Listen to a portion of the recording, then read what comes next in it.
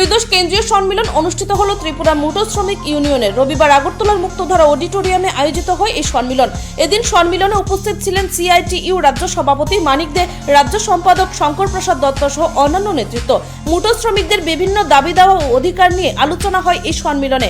আয়োজকদের দাবি, শ্রমজীবী মানুষের সমস্যা ও অধিকার নিয়ে আগামী দিনে আরো জোরালো আন্দোলনের রূপরেখা তৈরি হবে এই সম্মেলনের মাধ্যমেই। তখন 8 ঘন্টা, তার বেশি হলে তাকে ওভারটাইম দেওয়া হবে। তাহলে এই যে বিভিন্ন দেশের সরকার 8 ঘন্টা কাজের দাবিটাকে আইনি স্বীকৃতি দিয়েছে, এটা আমাদের ভারতবর্ষ ছিল।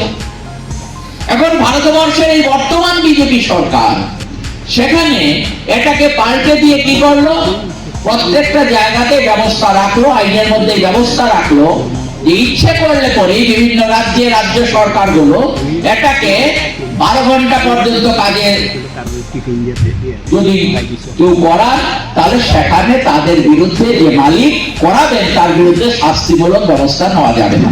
দেখেছেন আপনারা কর্ণাটকের মধ্যে, সেখানে তেলেঙ্গানার মধ্যে এই আইনগুলো সেখানে পাশ করানোর উদ্যোগ নেওয়া হয়েছে। অন্যান্য আরো 1-2 রাজ্যে সেখানে উদ্যোগ নেওয়া হয়েছে কিভাবে 8 ঘন্টা থেকে বাড়িয়ে কোথাও 10 ঘন্টা, কোথাও 12 ঘন্টা কাজ করালে পরও এটা বেআইনি হবে না, সেইভাবে আইনের সংশোধন সেখানে করা হয়েছে। তার সুযোগ করে দিয়েছে কে?